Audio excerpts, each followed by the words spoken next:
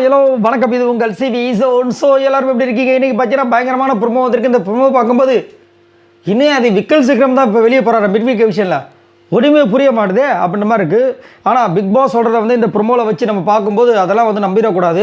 ஏன்னா இந்த மாதிரி நிறைய ட்விஸ்ட்லாம் நம்ம கொடுத்துருக்காங்க. அது என்னென்னு பார்க்கலாம். அதுக்கு முன்னாடி பார்க்குற எல்லோரும் நம்மளோட சேனலை சப்ஸ்கிரைப் பண்ணிட்டு பாருங்கள், லைக் பண்ணுங்கள், கமெண்ட் பண்ணுங்கள், ஷேர் பண்ணுங்கள். இப்போ வாங்க இந்த வீடியோக்குள்ளே போகலாம். இப்போ வந்து பார்த்தீங்கன்னா இந்த பிக் பாஸ் வீட்டில் இருந்த பயணம் பண்ண எல்லாரோட மூமெண்ட்டையும் புகைப்படமாக வந்துட்டு ஃபுல்லாக கார்டன் ஏரியா ஃபுல்லாக போட்டிருக்காங்க.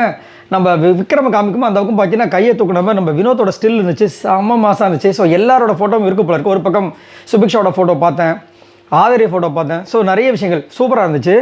ஸோ அதான் இதுக்கு முன்னாடி வந்து ஒரு வாட்டி டீச்சர்ஸ் அந்த ஸ்கூல் டாஸ்கில் வந்துட்டு அப்பயே ரீட் பண்ணியிருந்தாங்க. அதெல்லாம் எடுத்து வந்து இங்கே வச்சிருக்காங்க போல இருக்குது. இப்போ வந்து பிக் பாஸ் வந்து அதை சொல்கிறாங்க, சொல்லிவிட்டு ஏவி போடுறாங்க விக்ரமுக்கும். இந்த ஆக்சுவலாக இந்த ப்ரொமோவில் பார்த்தீங்கன்னா சபரியை காட்டில் அரோராவை காட்டில் காமிச்சது பார்த்தீங்கன்னா விக்ரம் அண்ட் திவ்யா இவங்க 2 பேர் தான் காமிச்சிருக்காங்க. ஸோ எனக்கு தெரிஞ்சு இது 2 பேரில் யாரோ ஒருத்தங்க டைட்டில் வினராக வருவாங்களோ அப்படி மாதிரி தோணுது. சரிங்களா? இப்போ ஏவி போடுறாங்க. விக்ரம் வந்து பயங்கரமாக அப்படியே கண்ணீர் விட்டு கதறி அழுகுறாரு. ஏன்னா இன்னும் ஒரு நாள் தான் இருக்குல்ல, பிக் பாஸ் பயணமே முடியுது. இந்த பிக் பாஸ் விட்டு இப்போ இந்த 4 பேரும் கிளம்பணும். மற்ற வந்து கெஸ்ட்லாம் இப்போலாம் போயிடுவாங்க வச்சுக்க. இன்றைக்கி அவங்களும் போக வேண்டிய நேரம் வந்துடுச்சுல. எவ்வளோ இதாக இருக்கும். நம்ம ஒரு வாரம் ஒருத்தவங்க வீட்டில் தங்கிட்டு போகும்போது ஒரு மாதிரி எமோஷனல் ஆகும். இந்த பிக் பாஸ் வீட்டுக்குள்ளே இத்தனை நாள் தங்கி போயிருக்காங்கன்னா எவ்வளோ பெரிய விஷயம். அதனால் அழுகுறாங்க.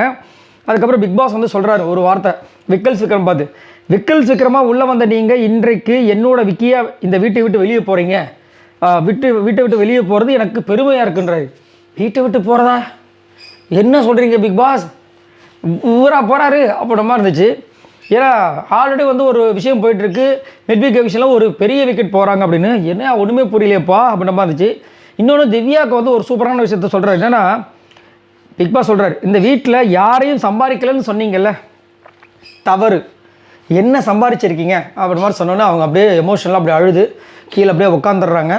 பயங்கரமாக இருக்குது இந்த ப்ரொமோ.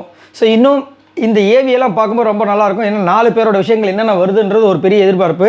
ஆல்ரெடி பார்த்தீங்கன்னா இது வரைக்கும் 3 குறும்படம் வேறு அந்த ஏவி போட்டிருக்காங்க. ரொம்ப அழகாக இருந்துச்சு. எல்லாருமே சூப்பராக செம்மையாக மாசாக இருந்துச்சு.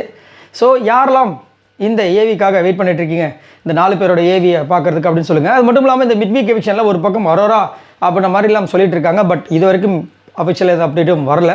உங்களோட கருத்துக்களை சொல்லுங்கள். யார் இந்த எவிக்ஷன்லாம் வந்துட்டு வெளியே போவாங்கன்னு நினைக்கிறீங்க? யார் இந்த Bigg Boss season 9 Tamil title winner அடிப்பாங்கன்னு நினைக்கிறீங்க? மறக்காமல் கமெண்ட்ஸ் பண்ணுங்கள். பாய் நண்பர்களே.